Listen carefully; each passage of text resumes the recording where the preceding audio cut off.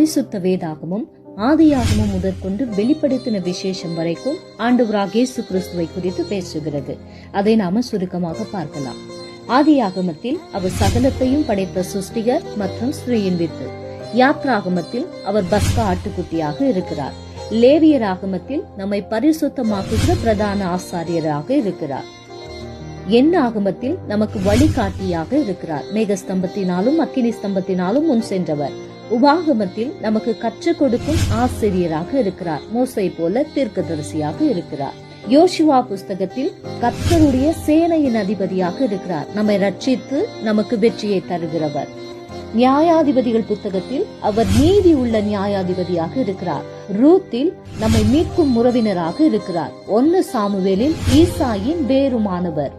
2 சாமுவேலில் தாவீதின் குமாரனாக இருக்கிறார்.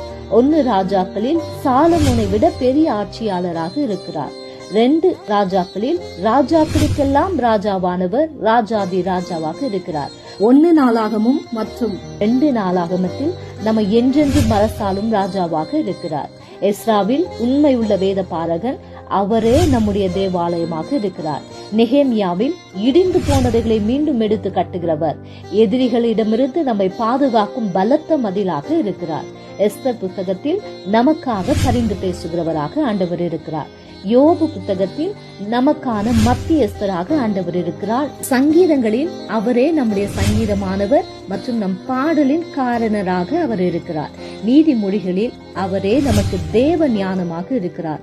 பிரசங்கியில் நம் வாழ்வின் நோக்கமானவர் அவர். உன்னத பாடலில் நம் ஆத்மநேசர் மற்றும் சிநேகிதர். ஏசாயா புஸ்தகத்தில் நித்திய பிதாவாக இருக்கிறார். எரேமியாவில் நமக்காக பரிதபிக்கிறவர், நம்முடைய குயவன். புலம்பலில் கர்த்தர் நல்லவராக இருக்கிறார், அவர் கிருபை உள்ளவராக இருக்கிறார். எசேக்கியேலில் உலர்ந்து போனவைகளை மீண்டும் உயிர்ப்பிக்கிறவர். தானியேலில் நித்தியமாய் சதா காலங்களிலும் வாழ்கிறவர், நீண்ட ஆயுசுள்ளவர். ஓசியாவில் அவர் உண்மையுள்ள மனவாளன். யோவேலில் அவர் நம் அடைக்கலமாக இருக்கிறார். ஆமோஸில் அவர் விவசாயி, நம்மை நாட்டி சுத்தம் செய்து கனி தரும்படி செய்கிறவர். ஒபதியாவில் அவர் வல்லமையுள்ளவர்.